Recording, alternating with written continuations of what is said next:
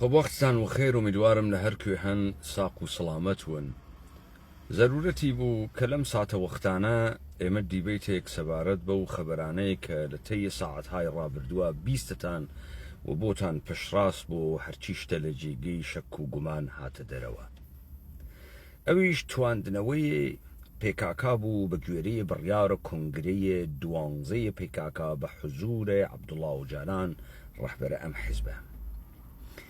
سەرەتا من خزمەتتان عەرز کەم شاعرێکی ئێرانی بوو بە ناوە حوسێنە پەناهی، مرد ساڵانە پێشوو مرد.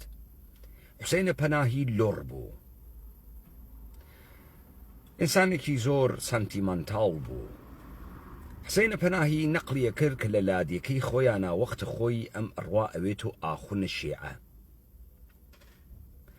وەختی ئەگەڕێتەوە لادیەکەی خۆیان پیرەژنێک وا لە دار دنیا منێ ڕۆنی هەز، ڕۆنە خۆماڵی مشکێ تۆپی گەتیە ڕوا ئەژێ مامۆسا ئەم مشکە تۆپی گەسە ناوە ئەم ڕۆنە منە، ئەم ڕۆنە حەڵاڵە یا حرامە. حوسێنە پەناهی فکری لێ کاتەوە ئەوێنێ دار و نەدار ئەم ژنە لەم دنیا ئەم منە ڕۆنەسە. ئەربێژێ حرامە ئەم ژنە لە هەست و نیستی ساقتەوێ، ئەربێژێ حرامە حەق الناس پێشێ دەکە حەڵاڵە. خلاصە مەجبورەوێ بێژێ دادەگیان دەور و پشتە مشکەکە پاکە و کەرە و بەقی حەڵاڵە، وەلەو بە دوائیتر ئەبای ئاخونی دائەنێ و مەلایەتی دائەنێ و ئیتر مەلایەتی ناکە، چون نێگەرەکە خۆی بخاتەوە هاجێگەیەک. ئەو پیرەژنە لەوانەیە خۆی بیزانێ ئەو ڕۆنە حرامە ئیتر پیسوگە ئالوودە بووگە، بەڵام چون حیشدەرەتانێکی نەبوو گەرەکی بوو مەسئولیەتە ئەمە بخاتە سەرشانێکێکی تر. و حوسێنە پەناهی ئەو مەسئولیەتە گرێتە ئەستۆ. من نازانم چەند نەفەر لەم سەرزەمینە ئێمە ئەحیانەن دڵیان لە گرەوە ئەم حیزبگە لە بووگە بەهایان بۆی داگە. ئیمڕۆیش ئینسانهای سادە لەو حێک بووگن وەکو ئەو پیرەژنە بە شوێنە ئەوە ئەگەڕێن بە قەوڵە خۆیان دوو قسەی خێر بژنەون. هەر بۆیە من محاولە ئەەکەم تەحلیلێکی جانبدارانە نەکەم، شرۆڤەیەک نەکەم کەسێ پێی وابێت من شرۆڤەی خۆم کرد. جەریان و مبارزاتیم تەکە خۆیان نابردە بەرەو، بەڵام لەسەر ئەم وەزعیەتە تۆزێ قسە بکەین بۆ خاترەوەی ئەم ڕووداوانە لە مێژوویە ئێمەیە کووردا وەکو شتێ هەر چەند ساڵ یەکبار ئێشی جۆرێک تکرار بێتەوە. سەرەتا عەرزتان کەم کە بە کۆمەڵی ئیستدلال ئەڕۆینە ناوە ئەم بابەتە. یەک، کابرا هەڵەگەڕێت و ئێژێت پەکەکە کێشەی کوردی بردە قۆناغێکی تر. ئەمە ڕاست نییە و ئەمە دروست نییە. بۆ ئەمە ڕاست نییە و بۆ ئەمە مەغڵەتەز وە سەفسەتەز، بۆ خاتریەوەی کە پەکەکە تۆ وەکو ساختارە سیاسی و تەشکیلاتی و سازمانی تەماشایکەی داستانێکی تری هەز ئەگەر گەرەکتە ڕەبتی کەی بە کورد، بیلکێنی بە کورد و ئیسرار بکەی کە کورد لە قۆناغی دەربازی بووگە، ئەمە کار غەڵەتێکە. ئەمە کارە غەڵەتێکە. بەڵێ تۆ ئەتوانی بێژیت کە پەکەکە ڕزگاری بوو، ئەتوانی بێژی پەکەکە لە چەقبەستووی دەرهات، ئەتوانی بێژی کە پەکەکە توانی لە کارە باڵتڵێک دەست هەڵگرێ وەختێک ئیتر لە تایف الحیلی نەما، وەکو شەهرزادە چیرۆک بێژ، وەکو 1001 بەغا. ئەم شەو ئیتر چیرۆکێکی تری نەما و قەلار و کەلەی سەری بپەڕێنن، ئەفواتیان پێدا و چوو بەرەو مەسیرێکی تر. حکوومەتە هەرێمە کوردستان ئەگەر ئەمە ناو بوات بە عنوانە دەستاوەردە بۆ کورد، حەقە خۆیسی بۆ خاتری ئەوەی کە پارتی و یەکێتی لە ژێر زەبرە ئێوا بوون کە گویا ئەمانە خوێڕی و فاسد و نادانن، ئمڕۆ پارتی و یەکێتی بەم کارنامەیە پەکەکە تەبدیل ئەون بە بڵقاسم بەک. ئەمان فدرالیشیان هەسوو بە شێوەی دوو فەکتۆ نەوعی دەوڵەتداری ئەکەن و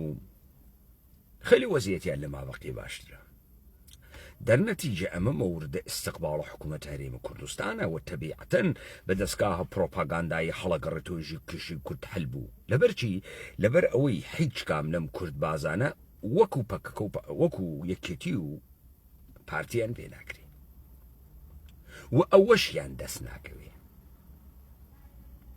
کەواتە ئەمە ڕەبتی بە کورد نییە یا هەڵگەڕێتۆ بێژی کەی دەورانە شەڕ ماگە کاکە چۆن دەورانە شەڕ نەماگە دەورانە شەڕ بۆ پوتین ماگە دەورانە شەڕ بۆ ئیتحادیە ئوروپا ماگە دەورانە شەڕ بۆ حوسیەکان و یاڵەتە متحدەیە ئامریکا ماگە دانچیڕۆکردن و سارۆختەقاندن و هێز جێبەجێکردن بۆ ئیسرائیل ماگە چۆن ئیسرائیل هەموو کێشەکانە خۆی بە شەڕ هەلەکە چۆن توێژی دەورانە شەڕ نەماگە هەر کەسێ لەم دنیا گەرەکی بێت لە خەڵکی بشێوێنێت توانێ بیشێوێنێت لە تەمامە بڕحەکانە تاریخە بەشەریشە ئەوەی ئیرادەی کردوێت بیشێوێنێت لە کەسێ توانیگە بیشێوێنێت ئێستایش لە قەوانینە نێودەوڵەتی شەڕ جۆرم نییە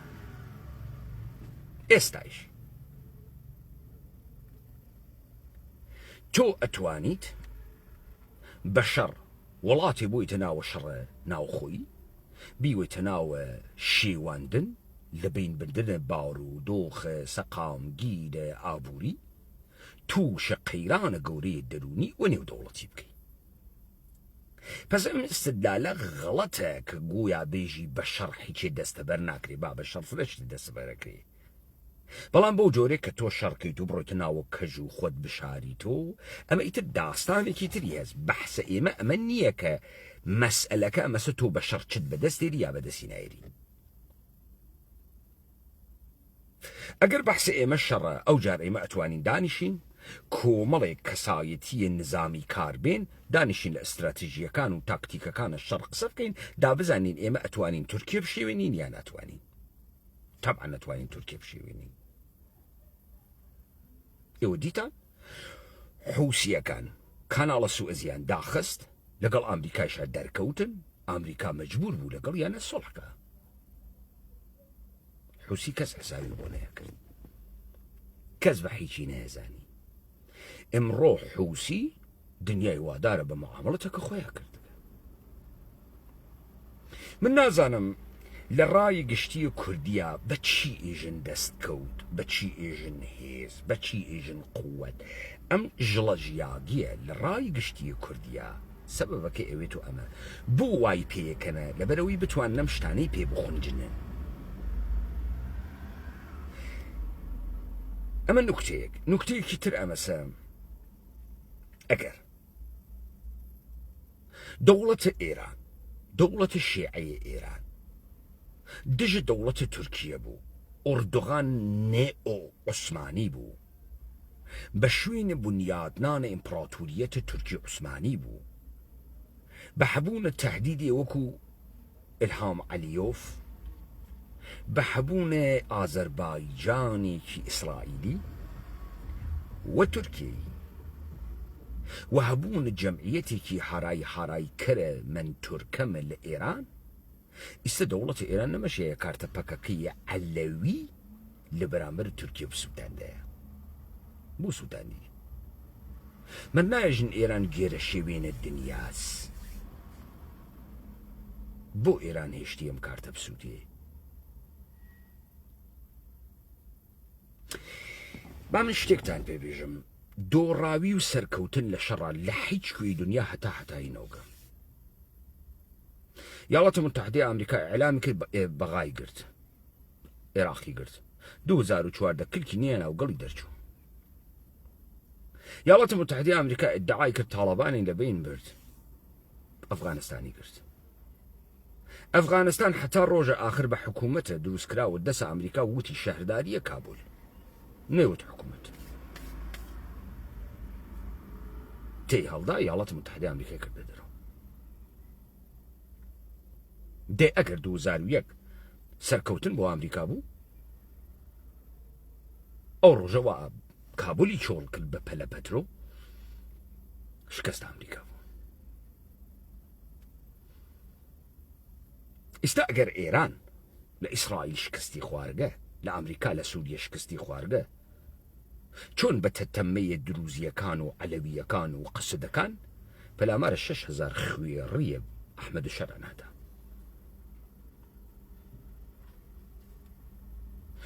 چون تن أدات بام لبين بردنا فككة لما السؤال نشي لخد سؤال كي إلا يقداستاني هس خدامك بو ديار بو آشكار ديار بو أمانة نربتي أن بتشمك كرد هس ولا چون دس كردي بياچوغا منش أو محكايته حسين پناهي و بيرجنك وامش توبي وناورونكي كارا كري كجيا و آمو زايد شو خوي لتاو بلاحتا كوتو والداويان إنسانيش خو رولا برد نيه جواو دو نايتو مجبور جواو يكي كتر بيتو دو إنسان خراون داني إنسان بغبغت بجيجيكا استباع من برسيكين باشا من سؤالي شي ترتان لي بكم مقرم بكاكا حريم ميدياي دانا نابو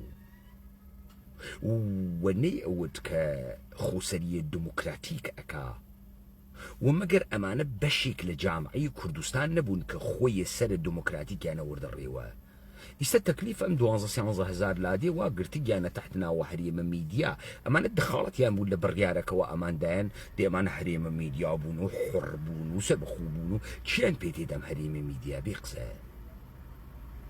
دولتك حريم ميديا من شكستي خوار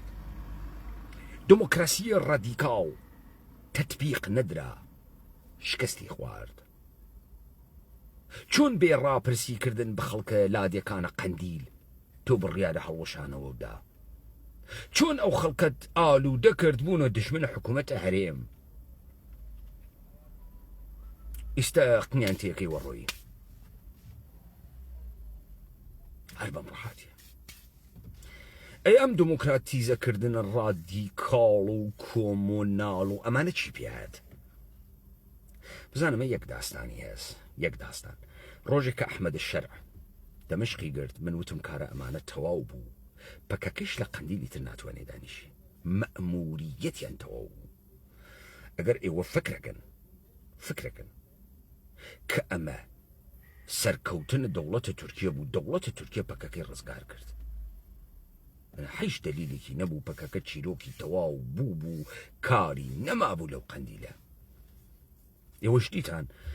إما بقطعيته سبارة بموضوع أقسمان كرد بس لقرا هر كسي خولقات تشاو خلق أول دحفة يجي كرد دستاوردي ودساورقنا بكاكا دستاوردي ودساورقا شبكة دروس كرقا سازماني بوغا بولي بوغا عدي نار خودي واو الدورو عدي الرانت خودي هستك شبكاي مختلفة ارتباط بالقراركا أما دروسا رابطي بكرد نية أما لقرا نكتة موجودة أم نكتة أمسا كإيمي إنسان وايان بيا كردقا ك أو هيزمانا يخومان ريقا چاري تازا بدوزينو دائما أروين بشوين كاريكا كخلق كرجيسي مثلا داني كردم أوروبا داني كارواش أكاتو 1000 باونين دي بقول خويان مالو لا كارواش يقاكاتو قشتي وأزاني تبوروالا ناو واكسو شامبو فلچلي دانا قيسا ياري خلقا بودورة جون هوليوود معتقدة ما شناو الدم أو فير الدنيا يكرت هوليوود دعاكا بفيلم بورن ديب تروت أورال سكسي فير مردم الدنيا كرت مردم الدنيا نيزاني أميشا يشتيكا أكثير بكاري بيني وقوال سكوت جنسي أوكي من جملة بو كاغملا باختيار أيوت لحزار ونصول شيلو بنج تا 1901 تمام الجفات كردي وقول خويان لسر النظرية لنين در مورد مللو يسيابو بخود مختاري ديمقراسي بو عراق خود مختاري بو كردستان ديمقراسي بو إيران خود مختاري بو كردستان قشتيان لسر أما بيسيابون يا ما في چارنوس يا خوب الريووري بغلط دبرو حكي كتير يعني نبو لبروي حلقلا ودل حج كومل قاين ابون بغلط خب استبا من نكتيك تام ببيجم وتيان روش هلاتنا وراسا قوري اوكي اقوري بتشي اقوري بالدولة قانون شيروك رواية ناسيوناليستي باوي ناميني بدولة القانون فرمولا كردية لتركيا كرد شاروندي اوي ما فحاولاتي اوي كرد ما فحاولاتي قرقا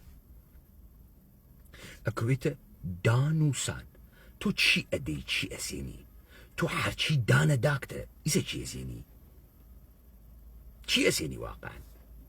دوكر لي بكرسي برلمان معاش بو دوكر لي بكرسي برلمان لجير الساختار دولة تركيا ياساي دولة تركيا مؤسسات دولة تركيا شناس دولة تركيا روابط دروسكرياغ دولة تركيا تو دانو سان اكي تشي ادي تشي اسيني اما اويتو فرمول كرد ايما يا كرديش قشتمان يا بقالينو يا شقالينو يا ماسي فروشينو يا لفأ فروشين لكنار خيابانا ويا سربة كومبانيا عجيب وغريبينو خو ايما بومان مهم نيه اردوغان حكومتك ترامب حكومتك بارزاني بيكا فرقي كني ويما اما ماشين فروشي خومانكين سعر فروشي خومانكين لقرا فرق حالة كسيكا كخوي وكورة بزانا غيان قسكانا من تالن شو من واقعية ايوة ايجم مثالك دامو ليبن 90 مليون نفر وعلى ايران ادعاء كان ايران 2500 سال دولته جاء ايران سرود مليكيا زيجي اي ايان اي مرز بورغوهر اي خاكت سرچشمه هنر ايران دست خاطقره عالم و آدم يجن ايراني زور ناسيوناليستن واقعا تنيا كسي كهاد وتي ايراني ناسيوناليستن نولات فاريزة مشتي دروزنن والنا والسيستميكا كبون يعني ممكن كردبه خريكي ما ساو كردنن دروكن كاكا هاد دويكا دونالد ترامب حلق الرياوة وتي خليج فارس خليج عربية أوكي. يك أوبوزيسيون يك رقراوي مدني علمانية جنوا إيران برل رقراوي مدني وإنسان قارمان وسريبتي كاو نرقس محمدي وسبيد قليان برل إنسان وطن برست يك نفر بناوه شهري بناو بانقوازي نكر دخل كإيران وا سرزمينا وولاتا استعمار قرى أمريكاي خريك السوء استفادة كان لرق إيمة برانبر بجمهورية إسلامي وخريك بشيكي حاشا حل نقر لشناس السرزمينية خلق إيران لبينوا خلق إيران أما يترك شيء حاكمية الجمهورية الإسلامية كشيء يمس اي دونالد ترامب غلط كرد بيجات كرد بأجداد بشرفته اما خليج فارسة 10 مليون ايراني باتايت خيابان اوكي نعم من اوبوزيسيون ايراني وايما من رئيس الجمهوري خاهان ايران وايما من فر باتريوتيكو وطن پرستو لماني واشيرو خورشيد لخوي اداو ايران اي مرزا فرقو هركا استبهتنين وقتو دقية لدولة ايران بام استبهتنين وقتو دسي بير مقنع دولة ايران سوار بر احساسات الناسيوناليستية مردم ايران بانقواز مكر خلق ايران بين خيابانو اما اتربتي بدولة ايرانية اما الربتي بولات باريزية ايما هز 10 مليون نفر مكشانا وخيابان 10 مليون نفر جاء وقت الزور خو من نشان بدولة ايران دا من توانم هالسوارب بموزوعة هاچونا بخلق سوارب بر نوروز يجي مفرق كردين قشتمان هلقنين لنوروزا ايسا توش سوارب بر ام اتفاقه و دونالد ترامب دروسي كردو او تواني 5 مليون نفر بيري تخيابانا قراسكي عزيزيان ايما اللي ايرانا نملت مان هز نفارس مان هز نەوڵات پارێزمان هەست ئەگەر بمان وایە یەک نەفەرمان بۆیە دەرەکەوت لەمە ڕۆژە تەنگانە زیاتر خۆ نییە خەنجەرەکەی کاورای ڕۆژە تەنگانە زواسواری بوون دەی دۆناڵد ترامپ گەرێکی خۆری خەلیجە فارستان بگۆڕێت بۆ قبوڵەکە چۆن قبوڵەکە کەواتە ئێمە یەواش خەریکە بەرچاومان ڕوون ئەوێتۆ وردە کۆمەڵێ پرسیار لە خۆمانەکەین بەڵام سوالێ ئێژن هانە ئارێنت وتی دەسەڵاتە تۆتالیتەر وە دیکتاتۆر تا 45 دقیقە بەر لە ڕۆخانی هەموو شتێک عادیە نوێنێ گەلو سوالتان نیەکەن وە قەوڵ خۆتان یەک نەفەر لە ئێوە فکری نەیەکرد پەکەکە حتا دوێکەش تەبلیغ و کوردبازی و دەمەقۆپان و کەژ و گوریلای سرت چیای ئەکرد بۆ ئێوە چۆن لە پڕێکا بڕیارێکی داگەیەوە نایزانن چۆن ئێوە کەستان سوال ناکە ئاغا گیان توول لەوێەوە چۆن گەیتە ئەگرا چۆن گشتان سوال ناکەن ماتەڵە چین ماتەڵن حکوومەتە ئیقلیمە کوردستان و کارە بکە حکوومەتە ئیقلیمە کوردستان لە ناوە قنیا سازدە هەڵ دێدەن لە خۆشی چون سابت بوو گشتی لە حکوومەتە ئیقلیمە کوردستان خوێڕیترە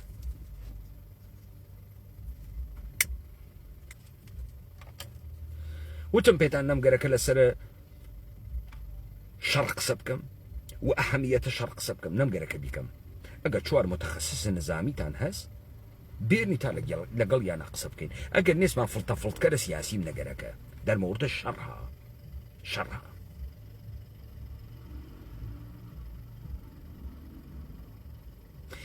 سوال ئەگەر ئێوە لە تەیە ساڵانە ڕابردوو بەجێ ئەمێ قەرچۆ بوون و جمێن بن و فڵتەفڵت بکەن و کەف بچەرێنن نەخدتان بکردایە لە پەکەکە ئەمڕۆ واتانە دێ قۆمیە دیسە چێکن وەکو جیاگەکانتان چیەکەن پرسیان پێتان کرد چێکن ئەژی بروکراسی حزبیمان بوو چون کۆنگرەمان گرت هەڵمان وەشاندە و لە سەڵاح و مەملەکەتە مردمە کووردا درۆکەی تۆ کارت تەواو بوو دێ ئەگەر تۆ ڕۆژە ئەوەڵ ڕەخنەوە بگرتایسە سورپرایز ئەویت نە بۆ ڕەخنەتان نەیەگر بۆ وەکو خواءتان نواڕیێمە بۆ دوگمەتیزمتان حتا بنە گەڵە خۆتان بردبوو بۆ یەکی ئێستا بە من بێژێ پەکەکە بۆچی خۆی هەڵەوەشانگەسەوە بۆ خباتە نظامی شەڕ کڵاپسی کردگە چۆن شەڕی کڵاپسی کردگە پەکەکە کڵاپسی کردگە شەڕی گریلایی جواو ناداتۆ شەڕ جواو ناداتۆ فیشەک ئیتر کار ناکە چۆن کڵاپسی کردگە ئەی چۆن بۆ ئەحمەدە شەرع جواو ئەداتۆ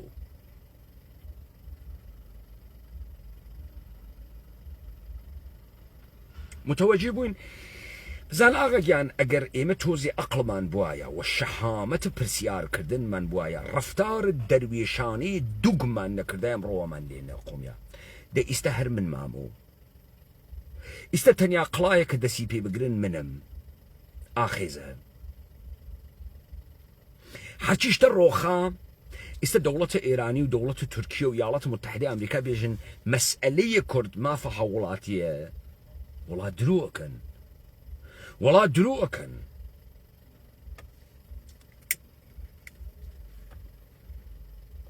وڵات درۆکەن ئێمە ئەگەر یەکێکمان تیا وایە لە ئێران لیاقەت ڕیاسەت جمهوری بواە دەوڵەتە ئێران بەهای ئەدا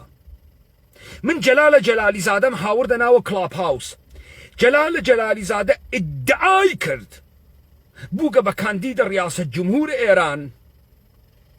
و چون سنیە ناڵن بێتۆ کاندید وتم ئاغای جەلالە جەلالیزادە استنادەن ئەلا قسەیە ئایەت الله فەزل الله نوری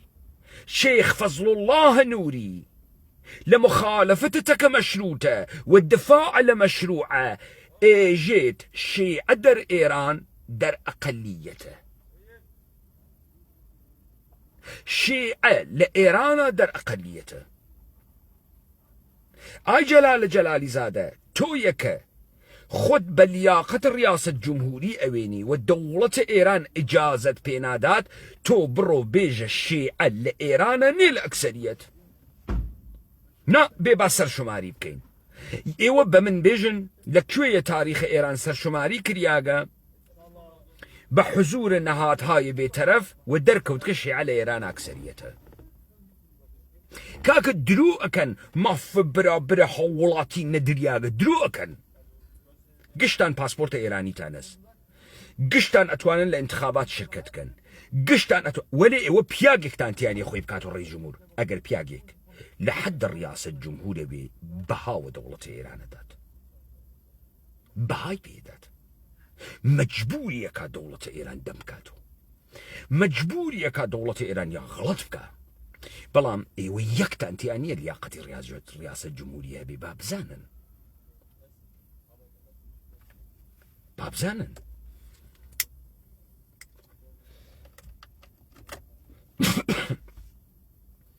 كواتا لتركيا شرواسة إيوه قرقت أنا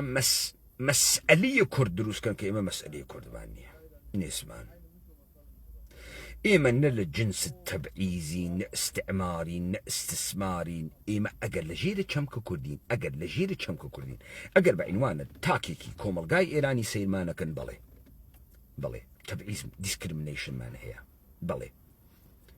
چوسانة ومان هي بلام أقل لجيرة شمك كرد سير مانا كان إيما سروري مان ليجي ياقسو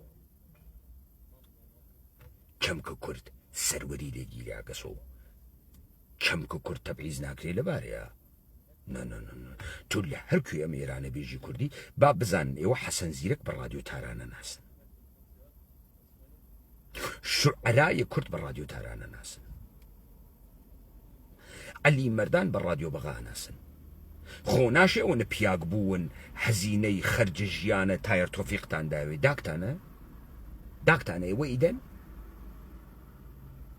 شو أنا فرتان معرفي كان كاستيكي بو حسن زيرك تومار كرد بي بنج بنا مالا معرفي كان كبول الدرمانة كان سرطان كبدا حسن زيرك داويت دروكن آغيجا ايو دروكن أمانة قشتي للريقي دولة إيران بيو تأمين بو كواتا يك اتفاقوت إما فرس باسا بكا كاكين كخوي من حل كرد إما نجات مان بو بدس خانوادي الشهيدة حزبي نجات مان بو كاكا ذات النبو دم كيدو كاورا عيزدي كاندو إيشي قاندو يدو لفرم كجياغا كوري استبرو يا خيان بقرا نجات مان بو تواو خوين فروشتنو كجو كيو فروشتنو قلط دلبن فروشتن إما نمان أوت شر مسلحانا اويش بوشي وكئي وايكن ريقي نجاتي وخطانا تانوت خطان الدعاتانا اما امانو كاكي جان بناء او اشكوتانا بردن دروسنية استشر متروبولي شبكي اش التزاد كان عميق كيتو برسيار ايو 10 نفر انسان تأثير جزار التركة زد كرد بمن معرفي كان لأوروبا بكا كشت بيتي معرفي كان كشت جيسي دو تاجر الجورية تركيا كأمر تجارة تركيا دوشار اختلالك وبكاكا كشتي بيتي لأوروبا بمن معرفيك موجودة خو قرار نبو بالك أورا بيكو جيتو بيجي كارك كيبو نيقر تسلو كردي نا فكرة كم يستوى وقتيسي برون خوتانا ويك دحفة برخنا بنوارنا خوتان دس هالقرن لخو توجيه كردن كاك جانا منك نفرمو بسر كرداها ككرد شارو وندي قركا ما في شارو وندي برابر ايراني قركا بیدلی در همه احوال خدا با او بود. او نمیدیدش و از دور خدایا میکرد. کاکی و دمی که شاروند ایران و ترکیان دمی که برابرشن دروی مفتکن قصی مفتکن زوانه ایما قدغن و قدرو کن زوان تا قدغن نوگه حج زوانه کی تل الدنيا بيش قلم زوانه نازن وحج زوانه کی تريش ناتوان قصب كن ايوه تناند قوم زوانه شناتوان قصب كن ئەژی گونی گوێز خاڵیەکەن تەقەتان تێ هوڕەتان تێ ڕاست ناکەن. کەواتە من دەمێک بوو وتم ئەمانە کاریان تەواو بوو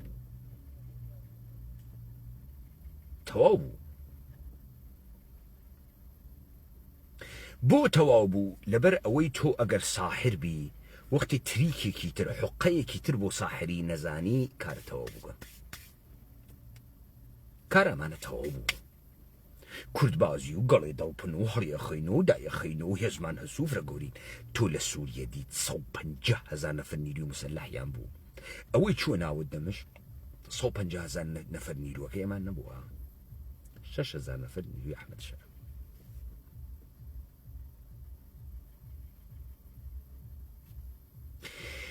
تۆ خەریکی ئەوێنی بە پێش چاوە ئێوە ئەحمەد شەر پەلامارە دروزی ئەدا ئیسرائیل ژە من ساپۆرتە دروزی ئەەکەم قەسەد مەتی کردگە پنی کردگە سا هەوا بۆیان معلومە کەبرە تەواو بوو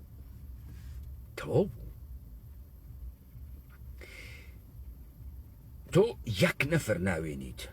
نەخت بڕایی لەمانە بکە یەک نەفەر ئەسەن ئێمە بزانین تۆ چۆن بە وجود هاتی چۆن تەواو بوویت کورە کاکە تۆ کوڕەکەی کەی لە دایک بووی لەکوێ بە نەتۆیان گریسان چۆن تەواو بووی چۆن ئاخر کاکە ئێوە بوو پێتان وایە مردمە کەرە نەفامە لاڵە بێعەقڵە نازانێ تۆ مەیلت هەس هەروە پێی پیانی وە گیانتان تازە بازیەکە دەسی پێکردگە تازە ئێوە تەواو بوون تەواو لە تایفۆلحیە لە کوردبازی تەواو وەلێ بابزانی من نایەڵم شارە وەندیە بەرابەر بکەنە دەستاوەردە کوردها من ناڵم ئەم تفاقە بکەفێت و درۆکەی خەباتە تۆ حەج غەڵەتێکی نەکردگە جەهان گۆڕیاگە پێگەی ناسیۆنالیزمە ئێرانی ناسیۆنالیزمە کوردی تورکی ئوروپاس تۆ هیچ پێگەیەکی تایبەت لە ناو خەڵک ئێران و تورکیە نادۆزیتەوە پێگەی ناسیۆنالیزم بێ لە ئوروپا ناسیۆنالیزم سەرڕەڵەدا لە ئوروپا هەر چەشنە ناسیۆنالیزمی کە دروست ئەوێ ئەقۆزێتەوە بۆ وڵاتانە ناسیۆنالیزمە دنیای ئەمڕۆ ناسیۆنالیزمە تەکەسورگەراز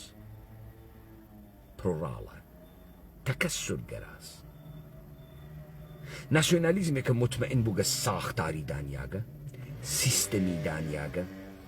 خەڵکی برگەسە ناوە ئۆربانیزم مالکیەتی لە خەڵک سەندەدەستۆ شیوەی ژیانی خەڵکی گۆڕاگە ژیان حیات و مەماتی خەڵک بەمانە بەستی گێز ئیمڕۆ جمهوری ئیسلامی شێرە گازەکە لە هەمەدان و بوسی خەڵکسنە لە برسابرێ لە سەرمازی ڕقەواتەوە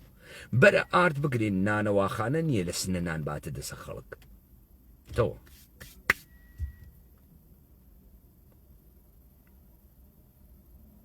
ئەم فڵتە تەحت ناوە ئەوەی کە من حزبێکی کوردی دائنێم دوو نەفرە خمنە هیچ ڕەبتی بە کورد نییە ئەمەی کە تۆ بێژی حزب گاڵۆ کۆدەسان بعد بێژی کوردستان چ ڕەبتێکی بە کوردەست ڕەبتی چییە بە کورد ئێمە یا لە شۆڕش تێناگەین یا چەمکەکان و مستەڵحەکان نازانین و نازانین سێ ئێمە چۆن چووگینەسە ناو قۆناغێکی تر ئەمە چۆن قۆناغێکی ترە کاکەیان ئەسمەت ئۆینۆنۆ کوڕە حاجی ڕەشید کوردە دەمە قۆپان لەپی ئورفا بوو دووەمین سەرۆک کۆمارە لایکە تورکیە ئەسمەت ئۆینۆنۆ چۆن ئەسمەت ئۆینۆنۆ بە کورد حساو ناکرێ حیزەکانە دەم پارتی بە کورد حساوەکرێن ئەخ عەزیز گیان ئێوە یەکەمێ لاردانیشن ڕاستبێژن کاورە هەر جۆرێ مەیلی بوێ ئەم چەمکە کوردە تعریفەکاتۆ هەر جۆرێک ڕەفتار کایژێت دەستکەوتمان بە دەساورگە ئێمە تەشخیسە دەین بۆ ئێوە مەگەر ئەنتەرە دەس ئەم حیزبانەنە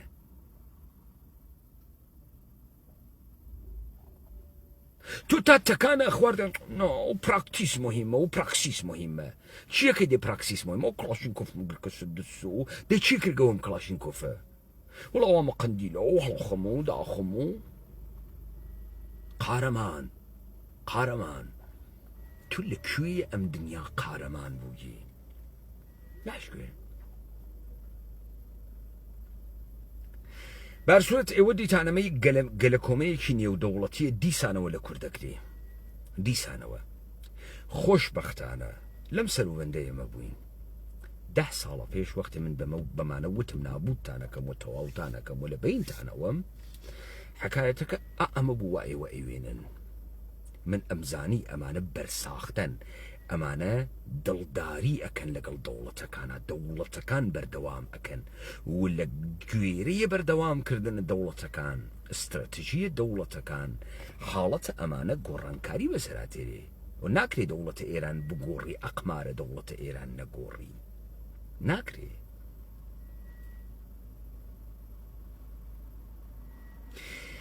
پس جوابە ئەم گشتە سەر لێ شێواویە دریاوە و دەمێکە دریاگەسەوە من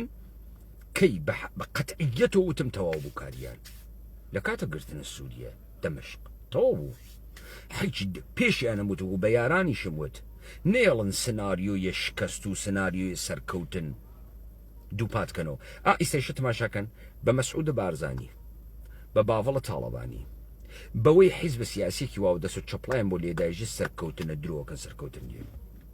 تۆ ئەگەر حیزبێ دەرنەزەر بگری مەسەڵ بێژی حیزبێ پارەی گەرەکە و کورسی پارلەمانی گەرەکە ئەتوانێت واوێتە چون پوریان وەدەست هاوردگە عدێک بە هەرچی شتەگەیگن وەرێ ڕەبتی بە کورد نییە ڕەبتی بە چەمک و کورد نییە ئێمە لە جاران داپلۆسیاکتر هاڕیاکتر نەفامتر بێعەقڵتر و باعث تەسبیتە دەوڵەتانە منتەقە بووگین لە گۆڕانکاریە جەدیدە کورد مهمترین مهرەیە بازیە کەس ئێشە کورد بخەسێنی تا کورد هیچ حرەکەتی نەکا ئێمە نەیاڵ نەمەتفاقە بکەفێ من وتم وادارتان ئەکەم بە ئیشتباکردن ئۆکەی سە ئێوە پێتان وای بوو بە پێکاکە تەواو بوو ئیستا دیسکۆرسە خەڵکە کورد ئەوێتەوە شەهرەوەندی مەگەر من بمرم وەگەرەوە ناتوانم کارە بکەم منیش بمرم دەنگە من مێژووی ئەوێتەوە دیسانەوە ناتوانم کارە بکەن شەهرەوەندیە بەرابەر مەسئلەیە کورد نییە پرسە کورد نییە کورد پرسی نییە کورد پرۆبلەماتیکایەس ئەوش سەروەریە تەواو بووم ئەگەر ئەمانە تەمام کرد و حاڵیمان بوو لە یەکتری دیمان کە مەئموریەتە پەکەکە تەواو زیاتر لە 80,000 کوردە قەومیتنێکی داوە کوشت دەسی خۆشوێ یا ڕەبی لەشی ساقوێ خانەوادە شەهیدەکانی پێکاکایش موژدەتان پێوێ 5 قەران دەستان ناگرێ تەواو بوون کاول بوون لە بین چوون یەک قەران بە عینوانە خانەوادە شەهید پێتان نادەن ئومیدوارم دەست هەڵگرن لەم فڵتە فەڵت و دفاعکردنە لە پێکاکە تەواو ئیتر جنازەکانیشتان قابلە فرۆشتن بە هیچ کەسێک نییە هیچ کەسێ لێتان ناسێنێتەوە فرە ڕووداریش بکەن بە عینوانە گێرە شێوانە سەردەمانە قەتڵ و قارەتەن وارڕ پێتان وای ئەمڕۆ ئێوە زاتتان نییە یەخە بە ئەرتەشە تورکیە بگرن بێژن ئێوە لە کوڕە ئێمەتان کوشتگە وەلی ئەوان یەخە بە ئێوە ئەگرن ئێژن ئێوە لە ئێمەتان کوشتگە تەواو بوو بەرەکە چۆڵ بووە بۆ ڕۆڵەی واقعیە کورد بەرەکە باز بوو بۆ ئەوانەی وا ئینسانە شۆڕژگێڕ و کوردین ئەم ساحە کریاوە شتێکی تریش بێژم گۆڕانکاریە کوردی لە ئێران ڕوئەدا نە لە تورکیە مهمترین دەوڵەتە ڕۆژهەڵاتە ناوەڕاست ئێرانە نە تورکیە تورکیە نە بە مێژوو مهمە منزورم لە ڕۆژهەڵاتە ناوەڕاستە منزورم لە مدعای ئەمپراتوریەتە ئیسلامیە تورکیە حەیج نییە تورکیە دینی لێ ئیسلامی لێ بسێن تۆ حەیج نییە دینی ئیسلامیش تورکیە قاریەکی قورئانی نییە مەشهور بێت مەلایەکی نییە بێت لەهجەی تورکی قورئان بتوانێت بخوێنێتەوە نسی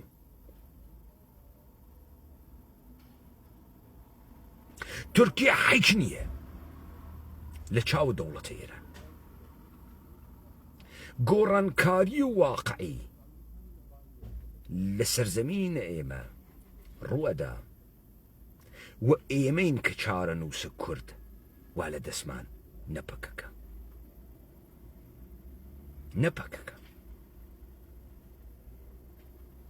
ئەگەر ئەمانە مشتێ سەخیفن لە مقابڵە دەوڵەتە تورکیا ئیستێشە دەوڵەتە تورکیا بەرامبەر بە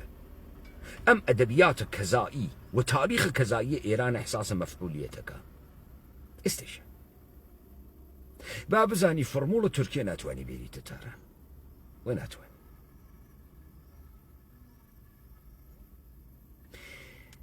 من تەبریکتان پێژم نجاتتان بوو بە تایبەتی خەڵکە بنارە قەندیل نجاتتان بوو حکوومەتە هەرێمە کوردستان ئەمانەی لە کۆڵ بووە خەڵکە کورد لە کوردەوارە داگیرکریا گەلای ئێران بۆ گەنیە پەکەکە عفونەتە پەکەکە لە بین چوو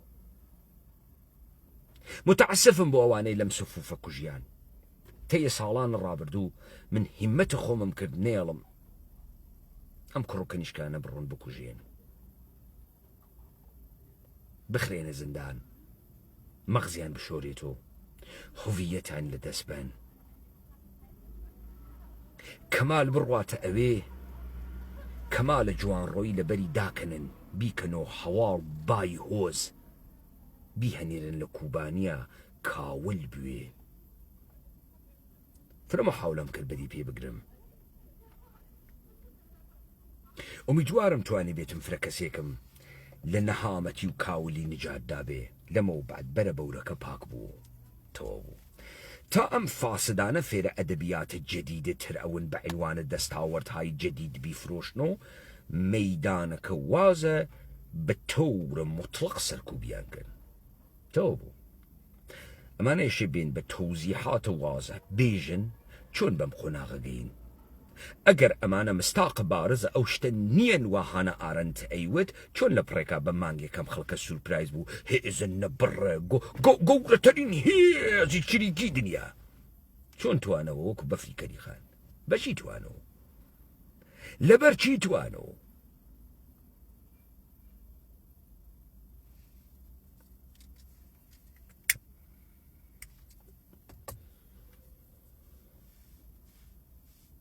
بۆ ئەوانەی کە نازانن و تازە بیسەرە ئێمە و بینەرە ئێمە ئەوەن بڕۆن وە سەبقەیە دیبەیتەکانە من لە ساڵە 2017ەوە بەبعد تەماشاکەن مەحەل لە وەختەوە وتگمە ئەمان نابود ئەەکەم و نابودیانەکەم و نابود بوون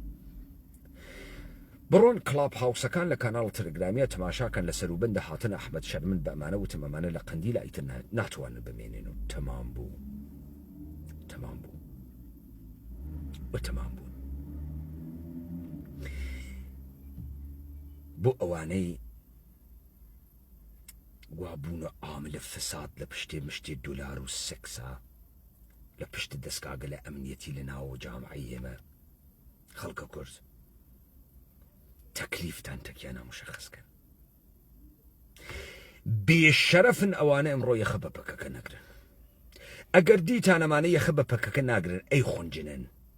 بابەتە خوێنە ئەزیزەکانتان تۆزی خیرەتتان بێ یەخیان پێ بگرن پێشاکی پەکەکەی لە ناو جامعە بدونە نەخدە خۆی ناتوانێ دانیشێت و ناوێ دانیشێت ئیشی مەسئولیەتە تەمامەم کەسافتکاری وا بەسەر ئێمەیان هاورد پەرداختی کەن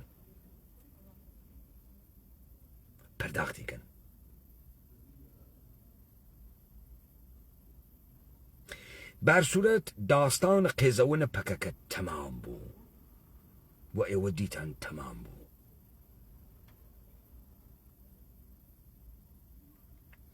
ئەمە مژدەیە خۆش ئەوەسە کە گۆڕانکاری ئەسڵی لە کوردەوارە داگیرکریا بە لای ئێران سوورەتەگرێ و بە تەبع ئەو کوردەوارە داگیرکریا بە لای عێراق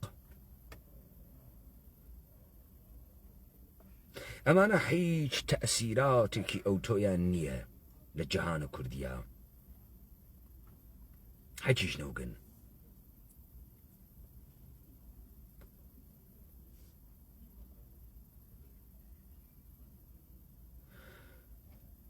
بارسوورەت نەجاتمان بوو بەدەسێ یەک مشت بێتەربێتە بێدایک و باوکە پەکەکەی،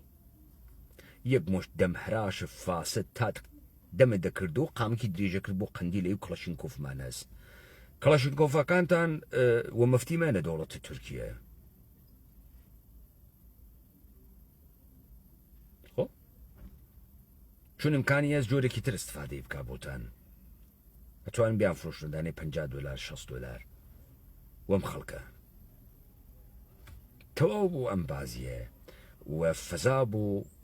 مبارزی واقعی کریاوە. لایەوە خۆش.